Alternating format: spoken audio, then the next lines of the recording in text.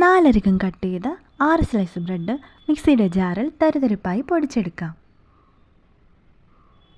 ഇനി ഇതൊരു ബൗളിലേക്ക് മാറ്റി കുഴച്ചെടുക്കാൻ ആവശ്യമായ പാൽ അല്പാൽപമായി ചേർത്ത് കുഴച്ചെടുക്കുക.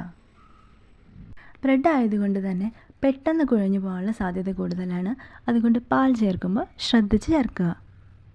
കുഴച്ചെടുത്ത ശേഷം കൈവെള്ളയിൽ അല്പം നെയ്യ് തടവി ക്രാക്സ് ഒന്നുമില്ലാതെ നെല്ലിക്ക വലുപ്പത്തിൽ ബൗൾസായിട്ട് ഉരുട്ടിയെടുക്കുക.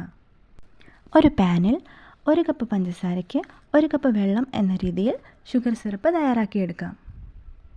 5 ഏലക്ക പൊടിച്ചതും ചേർത്ത് തിളച്ച ശേഷം 5 മിനിറ്റ് ആകുമ്പോൾ ഫ്ലെയിം ഓഫ് ചെയ്ത് നമുക്ക് മാറ്റി വയ്ക്കാം. ഷുഗർ സിറപ്പിലേക്ക് 1 ടീസ്പൂൺ റോസ് വാട്ടർ കൂടി ചേർത്ത് കൊടുക്കാം. റോസ് വാട്ടർ എടുക്കുമ്പോൾ കുക്കിംഗ് പർപ്പസിനായിട്ടുള്ള റോസ് വാട്ടർ തന്നെ എടുക്കാൻ ശ്രദ്ധിക്കണം. ബേക്കറിയിൽ നിന്ന് വാങ്ങുന്ന അതേ ഫ്ലേവറും ടേസ്റ്റും കിട്ടാൻ വേണ്ടിയിട്ടാണ് റോസ് വാട്ടർ യൂസ് ചെയ്യുന്നത്. അതില്ലെങ്കിലും കുഴപ്പമൊന്നുമില്ല. ഒരു പാനിൽ നോൺ ഫ്ലേവേർഡ് ആയിട്ടുള്ള കുക്കിംഗ് ഓയിൽ ചേർത്ത് ചൂടായ ശേഷം ബ്രെഡ് ബോൾസ് ഫ്രൈ ചെയ്തെടുക്കാം. മീഡിയം ഫ്ലെയിമിൽ തന്നെ ഫ്രൈ ചെയ്യാൻ ശ്രദ്ധിക്കണം, അല്ലെങ്കിൽ പെട്ടെന്ന് കരിഞ്ഞു പോകാനുള്ള ചാൻസ് കൂടുതലാണ്.